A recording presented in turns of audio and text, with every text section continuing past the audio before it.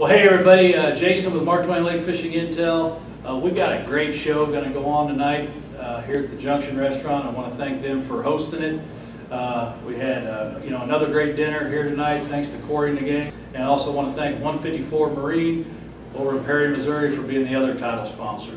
Looking for a new bass boat or any kind of boat, pontoon, check them out, 154 Marine. They'll be sure to take care of you. Check out Sonny, Charlie, Corey, Matthew, and the gang, and they'll have you taken care of in no time out on the water. Especially if you're on the lake this time of year, we're getting a lot more fishermen come out. If you got any boat issues, battery issues, check them out, 154 Marine, and they'll get you taken care of. But we got a great show tonight. We've got Annie Henschke from the Missouri Department of Conservation. She's your Mark Twain Lake fish biologist. And she's going to go over the state of the crappie, state of the bass on the lake, and the kind of the fall fish study that you No, thanks for introducing me, Jason, and having me.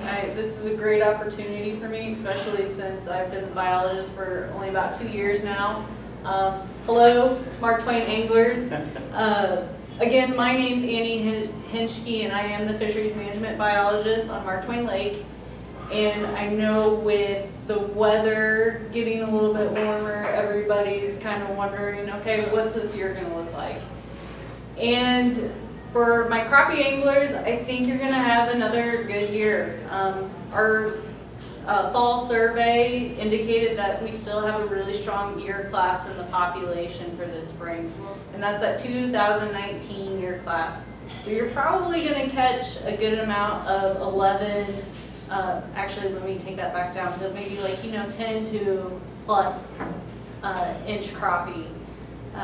Along with our fall survey, we did see a lot of 6 and 7 inch crappie in there as well. So you're going to kind of have that good mix of, wow, that's an awesome crappie, and then, wow, these are some smaller guys.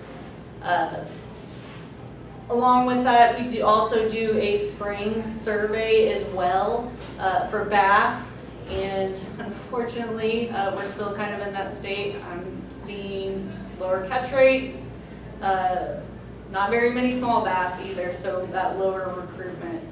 I did catch a decent amount of 12 plus, but not a lot of little ones.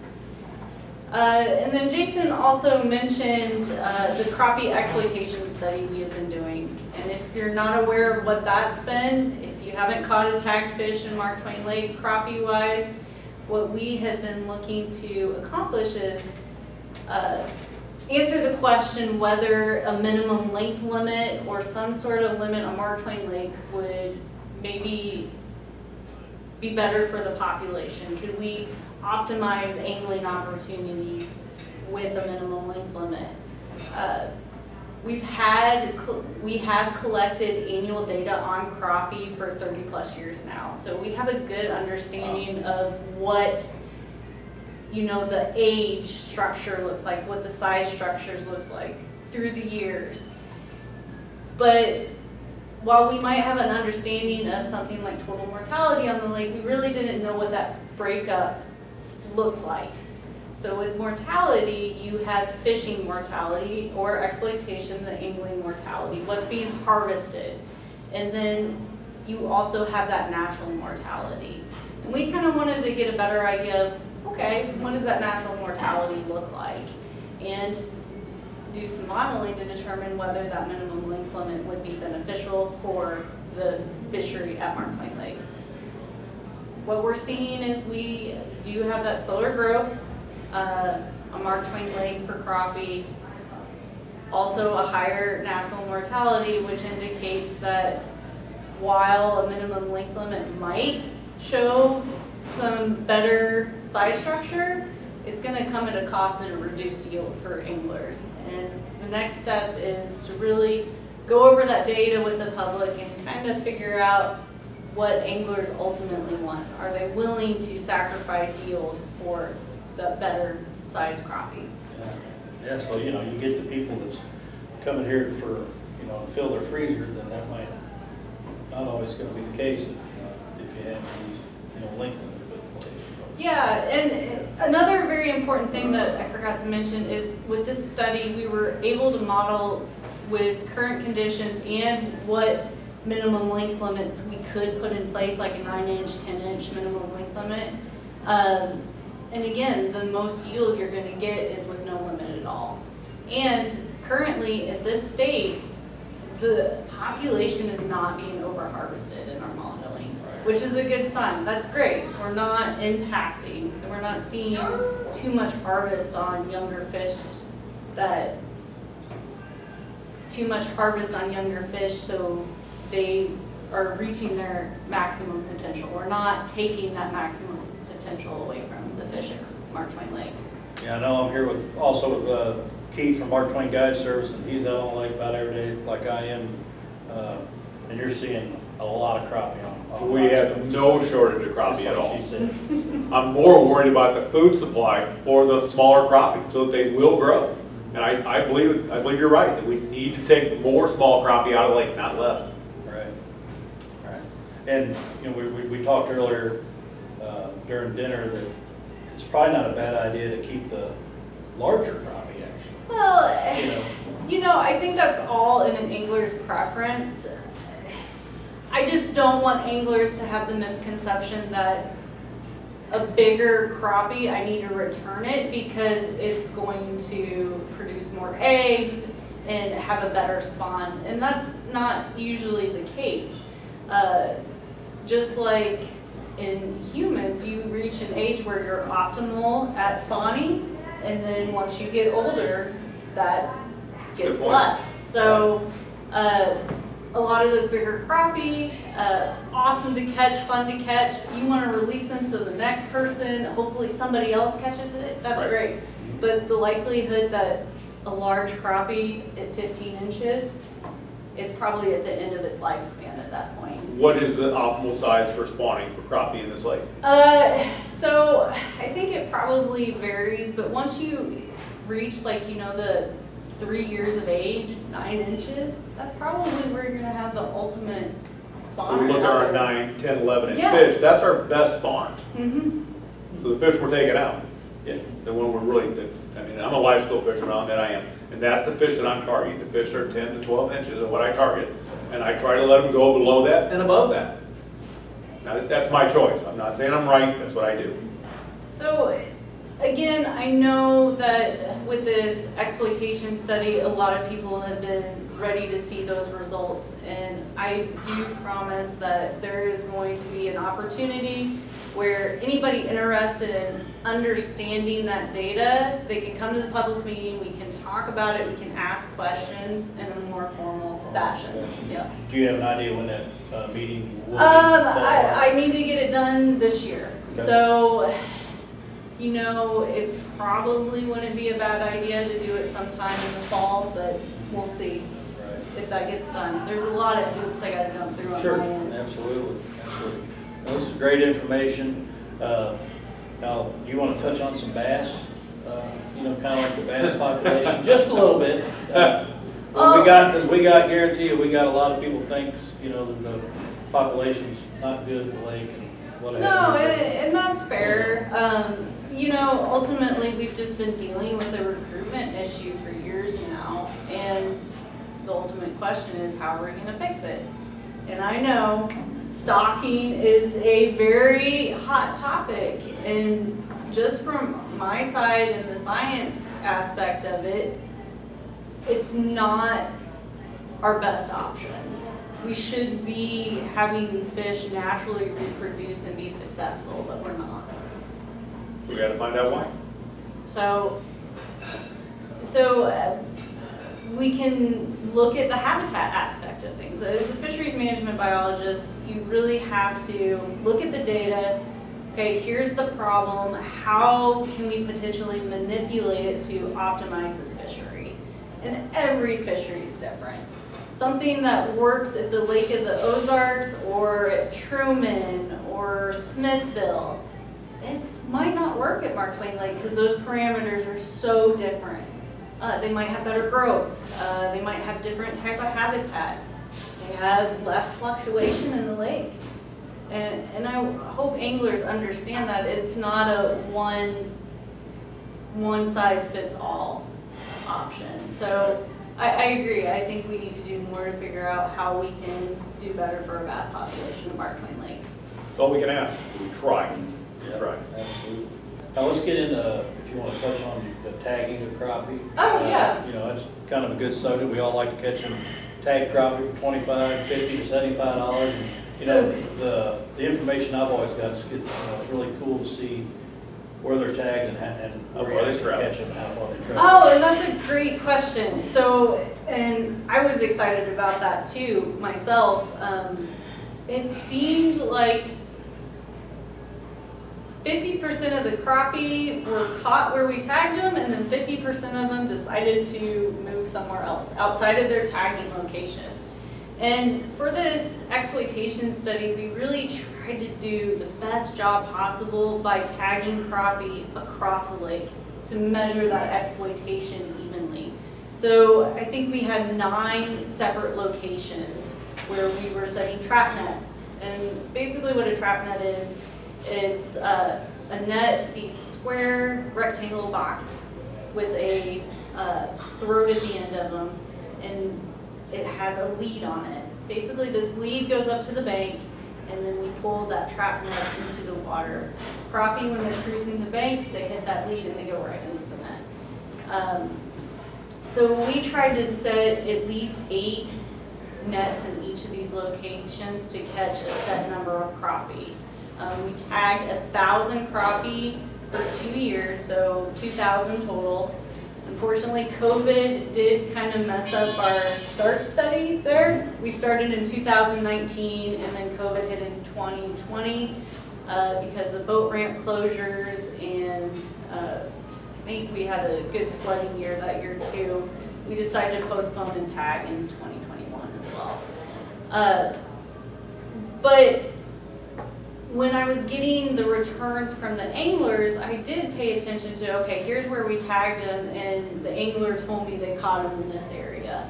So I was able to determine, okay, that one went outside of its tagging location, that one stayed, that one went outside its tagging location. And there was some crappie in there that moved across the lake, moved.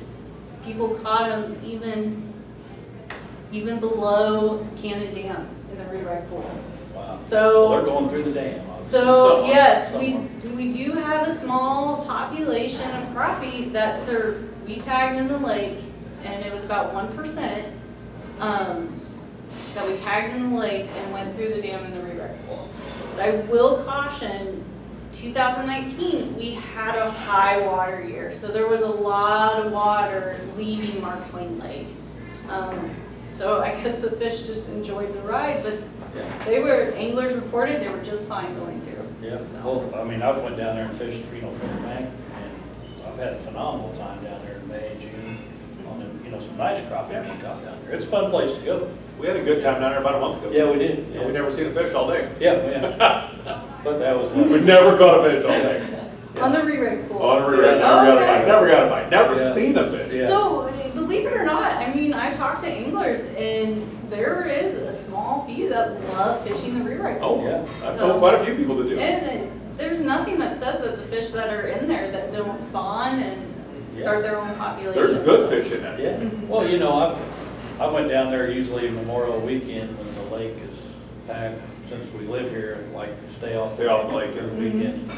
And I'll just go down and fish from the bank. If you drive across the dam, you're gonna see probably 50 to 100 people lining the banks with a rod and reel, catching crappie. And they do well. And they do well, yeah. So it's definitely a fun place. What do you see as far as crappie, as far as population? You do a population study throughout the lake? Oh yeah, no. How was the population from like lick to mid lake to the rivers? What are you seeing? Is it really weak in North Fork, South Fork, Middle Fork? Is it weak? Is it good? Believe it or not, I mean, some of the bigger crappie that I catch are in North Fork. The places that I like to, so some of the bigger crappie that I catch are in North Fork compared to like South Fork. I'm not really even talking about the size. What's the population look like? Like how many? Is it weaker in those Fork, areas? no, North Fork is usually our strongest crappie Really? area. I did not expect that. I thought dam area was a stronger area. We can get So a little when we did our Indian- spring tagging, I did And I'm a little partial too. I did find that, Lick Creek in the dam area, it's a good crappie fishery too. It is. There, so. Yeah, especially in the winter time. From what I'm seeing, the whole lake has a really good population of crappie. I just didn't know if one area was substantially higher or lower. I don't think it stands out as much as it does for the bass, for sure. I think that, like you said. Pretty I think evenly it's spread. An even spread. That's good. That's good. That's really good. When you talk about the bass, that's gonna be more mid-lake area. Mid to lower. Mid to lower, Honestly, probably. for bass, our greatest success on our surveys is it's in the Indian Creek area. I won't go over We details with expect it. that. We expect so, it. Absolutely, That's what we as bass fishermen, I expect that. yeah. no, that's, and North Fork is our weakest because there's not much habitat that bass like in North Fork. So, hopefully, with some better habitat management, maybe we can add to that. Right. We'll see. Might not make a difference, but Does it take, for habitat, you're gonna go there, does it take brush, does it take rock? What does it take to make them happy? so when I say recruitment is basically the number of fish that survive to a certain age. And a lot of the time we look at those 1 year fish. How many fish are surviving for that 1 year? So we need that type of habitat that's potentially going to protect those fish or provide them the food sources they need to survive. You're talking about shoreline cover. Yeah, It's really hard to predict shoreline cover on this lake. It's the problem because of the fluctuating water levels. I would agree. Yeah. I would agree. That's, like I said, one of Mark Twain Lake's biggest issues. It's a large watershed and it has a lot of Yep. fluctuations. And it's not just the Corps doing that, it's just the nature of Mark Twain Lake. Yeah, or our lake, you're right. Yeah. We think the Corps does a great job doing what they do. They do all they can. We Yeah. can't believe they do all they Absolutely, can. we all really appreciate that too, because, they're doing No, what they and can they're do. great to work with. They Yeah. have definitely worked with the department over the years and they continue to open those lines of communications or opportunities for us to hey, where can we do better here in these situations Sure. when we can. On April 1st, we got coming up where they're gonna drop all the fish structures. Yeah, That's so been last actually, week, I have members of my crew helping with Transport Day on Friday, and then Saturday, me and another member of my team, we're gonna go out there and help as well. So I give the Corps credit for working on that project. Yeah. That's They- a big effort. They got the funding and everything for that Yes, project. They did a lot for that Yeah. project. They did, yes. And thanks to everybody that's watching this that helped out.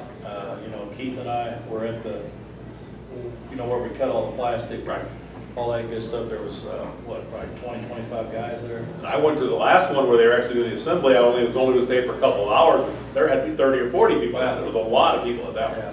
And I tell you that couldn't be done without volunteers or people willing to go out there because I don't have the staff, Corps doesn't have the staff to do that type of project at that scale. Right. And they continue to get funding for it, which is even better. It's awesome.